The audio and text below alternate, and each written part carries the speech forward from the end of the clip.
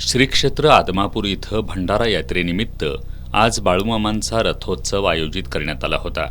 बाळूमामा देवालयाचे अध्यक्ष धैर्यशील राजे भोसले यांच्या हस्ते रथाच्या विधिवत पूजनानं रथोत्सवाची सुरुवात करण्यात आली।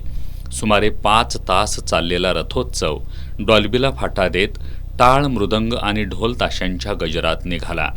रथावर जेसीबीच्या मदतीनं तब्बल 25 टन भंडाऱ्याची उधळण करण्यात आली। या उधळणीमुळे निढोरी ते आदमापूर हा 2 किलोमीटरचा रस्ता भंडाऱ्यात न्हाऊन निघाला होता।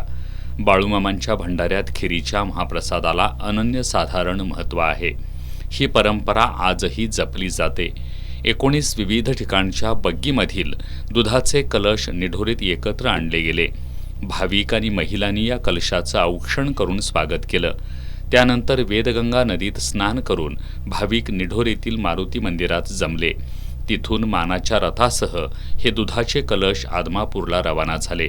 द्वादशीला याच दुधानं बाळूमामांच्या समाधीला अभिषेक घातला जाणार असून उर्वरित दूध महाप्रसादासाठी वापरण्यात येणार आहे। भंडारा यात्रेसाठी कर्नाटक, गोवा, मुंबई, पुणे, पंढरपूर यासह राज्यभरातून दिंड्या आल्या होत्या। निढोरी आणि आदमापूरमधील ग्रामस्थ आणि स्वयंसेवकांमार्फत भाविकांसाठी खिचडी, फळं, ताक, सरबत आणि अन्नदानाची मोफत सोय करण्यात आली होती। रथोत्सव मार्गावर ठिकठिकाणी नक्षीदार रांगोळ्या काढून फुलांच्या पायघड्या घालण्यात आल्या होत्या। रथोत्सवादरम्यान रथासह संत बाळूमामांच्या मंदिराच्या कळसावर हेलिकॉप्टरमधून पुष्पवृष्टी करण्यात आली। यावेळी भाविकांनी बाळूमामांच्या नावानं चांगभलचा जयघोष केला। धनगर बांधवांनी 1 कोटी रुपये खर्च करून देवस्थानला अर्पण केलेल्या भव्य रथात बाळूमामांची 138 किलो वजनाची चांदीची मूर्ती विराजमान होती।